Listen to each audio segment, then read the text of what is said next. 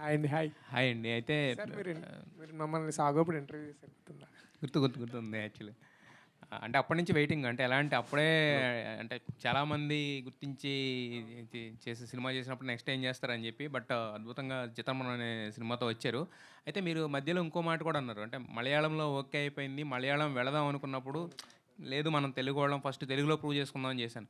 ఇప్పుడు అంటే ఈ సినిమా బయటకు వచ్చింది, అద్భుతంగా గ్రాండ్గా రిలీజ్ చేశారు. బట్ ప్రేక్షకుల దగ్గర నుంచి ఎక్కువ మంది చూడలేదు అనే ఒక చిన్న ఉంది. విషయంలో అప్పుడు అనిపించింది, అనవసరంగా తెలుగులో చేసాం, ఇది మలయాళంలో చేస్తుంటే బాగుండేది అనిపించింది. లేదు సార్, ఎందుకంటే చాలామంది మలయాళం ఆడియన్సే నాకు ఫోన్ చేశారు సినిమా చాలా బాగుందని. In that way I'm very happy. But yeah, I'm కొంచెం అది ఉంది, ఎందుకంటే ఇంకా ఎక్కువ మంది చూడాల్సిన థియేటర్లో, ఎందుకంటే ఈ ఎక్స్పీరియన్స్ థియేటర్లో. But nevertheless now I'm very happy ఈటీవీకి వస్తున్నాను, ఎందుకంటే యాజ్ ఐ టోల్డ్ ఎర్లియర్ ఇది మలయాళంలోకి వెళ్ళి చేసేద్దాం అన్నప్పుడే నా ఫస్ట్ థాట్, నేను తెలుగులో పుట్టా, నేను తెలుగు వాడిని, ఫస్ట్ తెలుగు వాళ్ళకి నేను సినిమా చేయాలని. I think right now huge దాని ఏమంటారు సబ్స్క్రైబర్ బేస్ ఉన్న ఏకైక ఓటీటీ ఈటీవీ విన్. సో ఇప్పుడు దీని ద్వారా ఎక్కువ మంది తెలుగు ఇంటికి వెళ్ళొచ్చు అన్న హ్యాపీనెస్ అయితే ఉంది సార్. చూసిన ప్రతి ఒక్కళ్ళు బాగుందన్నారు. బట్ ఏ పాయింట్లో కనెక్ట్ అవ్వలేదు అనుకుంటున్నారు మీరు ఈ సినిమా? కనెక్ట్ ఏ పాయింట్లో జనాలు ఎక్కువ రాలేదనుకుంటున్నారు? ఇప్పుడు స్ట్రీమింగ్ వస్తుంది కదా, సో ఏ పాయింట్లో ఎక్కువ కనెక్ట్ అవుతారని అనుకుంటున్నారు? అది అంటే మేబీ ప్రమోషన్స్ వైజ్ మేము అంత చేయలేకపోయి ఉండొచ్చు మేబీ మా సినిమా గురించి. బట్ చూసిన ఏ అంటే నా బిలీఫ్ ఏంటంటే చూసిన ఏ హ్యూమన్ అయినా కనెక్ట్ అయ్యే స్టోరీ అని నా ఫీలింగ్, ఎందుకంటే వెరీ హ్యూమెన్గా రాసిన కదా. సో చూసిన ప్రతి హ్యూమన్ కనెక్ట్ అవుతారన్నది నా feeling sir. Yeah. Sai Krishna గారు, అదే ఇప్పుడు శ్రీ చిదంబరం గారిని అందరికీ చూపించడానికి తీసుకొస్తున్నారు కదా, సో ఇది ఈటీవీ విన్ ద్వారా మీరు తీసుకురావాలనుకోవడానికి మీకు కనెక్ట్ అయిన పాయింట్ ఏంటి సార్ ఫస్ట్? అదే సార్, అదే రూటెడ్ స్టోరీ. ఒక చిన్న కాన్ఫ్లిక్ట్, ఒక వరల్డ్, ఒక రాజమండ్రి ఒక నుంచి ఒక 70-80 కిలోమీటర్లు ఉండే ఒక ఊరిలో ఒక 100-200 కలపడం ఉంది ఊరిలో. ఆ ఊరిలో ఒక అతనికి ఒక ఇన్సెక్యూరిటీ ప్రాబ్లం ఉంటే ఎలా ఉంటుంది, అది వెరీ జనరల్, మనకుండే relatable conflict and rooted world. So ఇలాంటి సినిమాలు ఎప్పుడు ఈటీవీలోనే ఉండాలనుకుంటాం మేము. సో అందుకని చేద్దాం అనుకున్నాం. But somehow now it is coming on with better things now. And ఇది ఇందాక మీరు అన్నట్టుగా ఇది మలయాళం లాంగ్వేజ్లో కూడా అవైలబుల్ ఉంటుంది ఈటీవీ విన్లో. సార్ మరి ఈ కథ మీ దగ్గరికి వచ్చినప్పుడు ఫస్ట్ ఈటీవీ విన్ చేయాలనుకున్నప్పుడు అప్పుడు చేయకపోవడానికి కారణం ఏంటండి? అప్పుడు చేయకపోవడానికి 2-3 రీజన్స్ ఉన్నాయి సార్. ఎందుకంటే ఆ రోజు సమ్వేర్ ఎప్పుడు మా వినేది 2 years అవుతుంది కదా, బిఫోర్ లిటిల్ యాడ్స్. సో ఈ సినిమా 2 things అండి. అప్పుడు మేము ఎక్కువ సిరీస్లు చేద్దాం, రిలేటబుల్ సిరీస్లు, అర్బన్ వరల్డ్ ఇలాంటివి చేద్దాం అనుకున్నాం. సో అక్కడెక్కడో ఫిట్ అవ్వలేదు అనిపించింది ఆ స్ట్రాటజీకి. బట్ ఎప్పుడైతే గోపాలకృష్ణ గారు చేస్తున్నప్పుడు వి థాట్ అది మాకే వస్తుంది, మన సినిమా అవుద్దని. So feel very happy for that. ETV win స్ట్రాటజీలు ఏమైనా మారాయండి? ఇప్పుడు ఇందాక మీరు మాట్లాడుతున్నట్టు అర్బన్ కథలు చేద్దాం అనుకున్నారు అప్పుడు. అవును. మరి ఈ ప్రయాణంలో ఈ జర్నీలో ఏమైనా స్ట్రాటజీలు ఏమైనా మారినాయా ఈటీవీ విన్? అవి మారుతూనే ఉంటాయండి. ఒక సినిమా హిట్ ఫ్లాప్ బట్టి థింగ్స్ విల్ ర్యాండమ్లీ చేంజ్. మీకు తెలియదు కాదు అది. సో యాజ్ మచ్ ఆఫ్ తెలుగునెస్ ఉండాలి, తెలుగు రూటెడ్నెస్ ఉండాలి, తెలుగు కల్చర్ని ఎక్కువ చెప్పాలి అనేది మాత్రం ఎప్పుడు మారకుండా ఉండాలని అనుకుంటున్నాను. డైరెక్టర్ గారు, నిండా 27 కానీ 24 క్రాఫ్ట్స్ని మీరు మేనేజ్ చేయాలి. సెట్లో ఎలా ఉండేది ఆ కమాండ్? డైరెక్టర్ అంటే ఒక కమాండబుల్గా ఉండాలి కదా. అవునవును. సెట్లో ఆ కమాండ్ ఎలా దొరికింది మీకు? సో బేసిక్లీ కమాండ్ ఇవి ఏమో సార్, అంటే నా సెట్ అంతా నా ఫ్రెండ్సే. నా టీం అంతా కూడా ఎగ్జిక్యూటివ్ ప్రొడ్యూసర్లు, లైన్ ప్రొడ్యూసర్లు, యాక్టరు అందరూ నా ఫ్రెండ్సే. So mostly more than command మీ అంతా కూడా ఏదో ఒక ఫ్రెండ్స్ కాబట్టి మాకు ఆ ఈజ్తోనే వెళ్ళిపోయింది. రాదని ఇప్పుడు నేను డైరెక్టర్ నా చెప్పిన మాట వినాలి, ఈ స్పేస్లో ఉండదు మాది. But they respect me, I respect their work. But ఆ ఫ్రీనెస్ ఉండడం వల్ల కొంచెం ఈజీగా ఉంది సార్. అండ్ మా journey from last 8 years we been making short films and independent films. So మాకు తెలుసు, అంటే ఇప్పుడు జనరల్గా ఇప్పుడు ఫిల్మ్ అంటే ఈ ఫార్మాట్లో వెళ్తుంది, ఇలా షూట్ చేస్తారని ఏదో మేము ఎప్పుడైతే హైదరాబాద్ ఎప్పుడు రాలేదండి దీనికంటే ముందు. సో మాకు తెలీదు ఎగ్జాక్ట్ ప్రాసెస్. మాకు ఒక ఓన్ ప్రాసెస్ ఉంది కదా, ఆ ఓన్ ప్రాసెస్లో తీసుకుంటూ వచ్చాం, ఇలా సినిమా అయిపోయింది. ఎంత మంచి సినిమా చేసినా థియేటర్కి జనం రావడమే అల్టిమేట్ గోల్. అది అవును.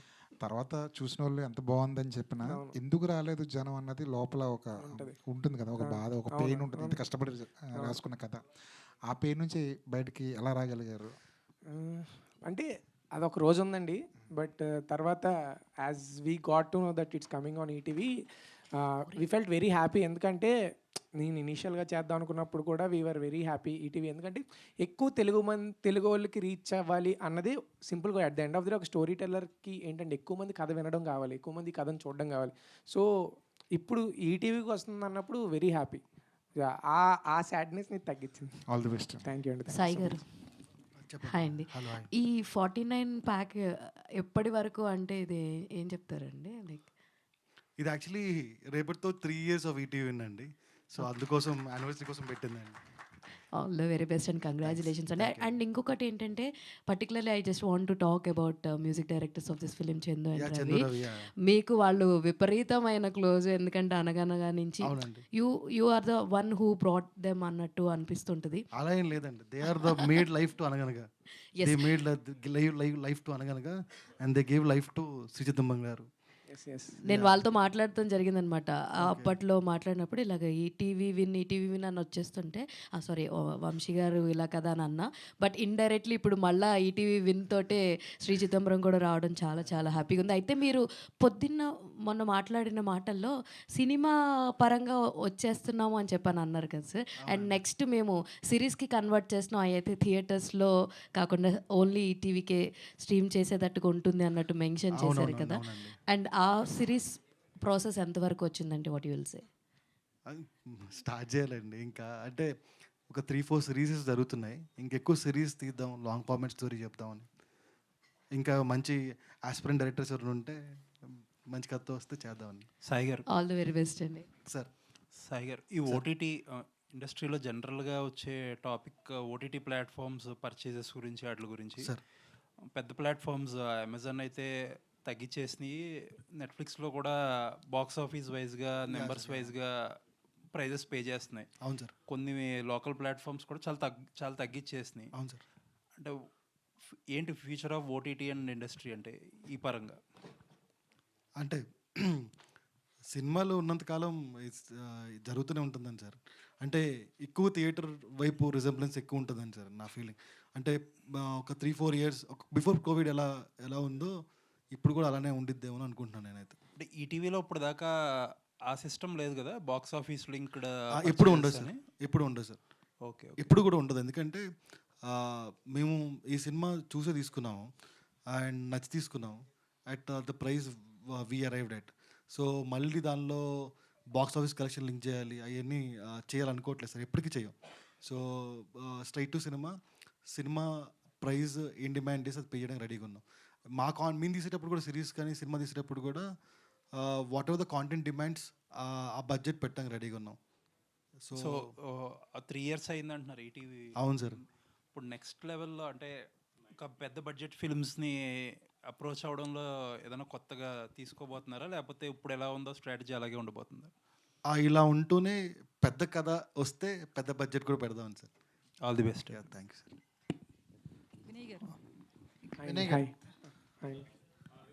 హాయ్ అండి.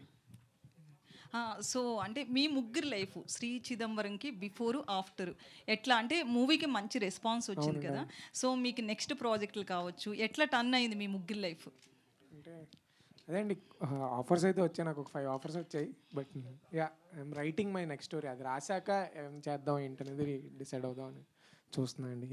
నెక్స్ట్ మూవీస్లో అలా పట్టుబట్టి ఆయనే హీరో చేస్తారా ఏంటి అసలు? మీకు ఇది మీకు ఫస్ట్లా కనబడుతుంది. ఈడిది నాది 8 ఏళ్ళు కదా, నేను చేసిన 5 షార్ట్ ఫిల్మ్లోనే ఆడో హీరో. సో నేను ఇప్పుడు బయటికి వెళ్ళాలి కదా, సో వేరే వాళ్ళతో చేద్దాం అనుకుంటున్నా. వంశీ గారు మీరేమంటారు, మీ లైఫ్ ఎట్లుంది? అంటే దీనికోసమే వచ్చామండి హైదరాబాదు. ఇదే ఎక్స్పెక్ట్ చేసి జర్నీ స్టార్ట్ చేసాం కాలేజ్ డేస్ నుంచి. సో చాలా హ్యాపీగా ఉంది. బట్ ఆఫ్టర్ చిదంబరం అంటే 1-2 స్టోరీస్ ఆఫర్స్ వచ్చాయి, అవి వింటున్నాను. అది కాకుండా ఏదో సాధించామన్న కొంచెం ప్రైడ్ అయితే ఉంది. ఆ ప్రైడ్తో చాలా హ్యాపీగా, అంటే మా మమ్మీ డాడీ వాళ్ళు ఫస్ట్లో చాలా కొంచెం భయపడతారు కదా ఆబ్వియస్లీ ఫిలిం ఇండస్ట్రీ అంటే. మా డాడీ ఒకటే చెప్పారనమాట, నువ్వు వెళ్ళు, కష్టపడాలి, కష్టపడతానంటే వెళ్ళు, అండ్ ఆల్సో నువ్వు హ్యాపీ అయితే వెళ్ళు అని చెప్పారు. సో ఐ థింక్ ఇప్పుడు వాళ్ళు కొంచెం హ్యాపీ ఏమో. సాగు అని నా ఇండిపెండెంట్ ఫిల్మ్ చూసాక కొంచెం ఓకే ఇడు మంచి ట్రాకే సెలెక్ట్ చేసుకున్నాడు అన్న కాన్ఫిడెన్స్ వచ్చింది. ఇప్పుడు మొత్తం వచ్చిందేమో అనుకుంటున్నాను, మరి వాళ్ళు ఏమంటారో చూడాలి. అదొకటి కొంచెం ఆ ప్రైడ్ అయితే తీసుకుంటున్నా అండి నేను. యా అయితే ఫస్ట్ హైదరాబాద్ వచ్చినప్పుడు ఎవరైనా సినిమాకి టాలీవుడ్లో సినిమా చేయాలంటే ఇక్కడికే వస్తారు. సో ఫస్ట్ హైదరాబాద్ వచ్చినప్పుడు ఎట్లా అనిపించింది ఒక మూవీ కోసం? అది చాలా డిఫికల్ట్ అండి. అంటే ఏం తెలీదు అసలు, fish out of the bowl అన్నట్టు ఏమీ తెలీదు. ఒక ఎగ్జాంపుల్ చెప్పాలంటే ఇప్పుడు ప్రొడక్షన్ హౌస్లు కానీ లేదు అంటే ఓటీటీ ప్లాట్ఫామ్స్ ప్రొడక్షన్స్ కానీ ఎక్కడికైనా వెళ్ళి యాక్టర్ అని చెప్తే ఇక్కడ చాలా యాక్టర్లు ఉన్నారంటారు. లేదండి నేను మంచి ఇండిపెండెంట్ ఫిల్మ్ చేశాను, మంచి పెర్ఫార్మర్ అంటే చాలామంది ఉంటారు ఇక్కడ అంటారు. సో అట్లా మనకు ఆ గేట్ లోపలికి కూడా ఎంట్రీ ఉండదు.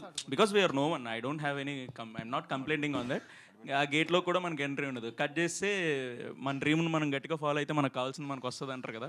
కట్ చేస్తే ఇండియాస్ బిగ్గెస్ట్ ఓటీటీలో నా సినిమా రిలీజ్ అవుతుంది. థియేటర్లో చాలా సక్సెస్ఫుల్గా రన్ అయ్యి మళ్ళీ ఇక్కడికి వచ్చింది. సో యా అప్పుడు చాలా డిఫికల్ట్గా ఉంది. ఇప్పుడు కొంచెం పేస్ కొంచెం రిలాక్స్డ్ పేస్లో వెళ్తున్నా. యా సాయి గారు, సో 3 years అవుతుంది కదా ఈటీవీ విన్ వచ్చి. సో కంపేర్ చేస్తే వేరే ప్లాట్ఫామ్స్తో కంపేర్ చేస్తే కనుక మీరు వచ్చినప్పుడు పెద్దగా రెస్పాన్స్ లేదు, కానీ ఇప్పుడు ఈ 3 yearsలో మాత్రం చాలా చేంజ్ అనేది కనిపిస్తుంది. నెక్స్ట్ ఎలా ఉండబోతుంది ఈటీవీ విన్? అంటే ఆయన దేనిలో అడుగుతున్నారని నాకు అర్థం కాదు. సారీ.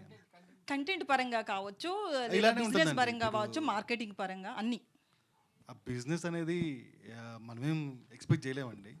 బట్ ఏప్రిల్ నుంచి మంత్కో సినిమా వస్తుంది. Every director is debut director.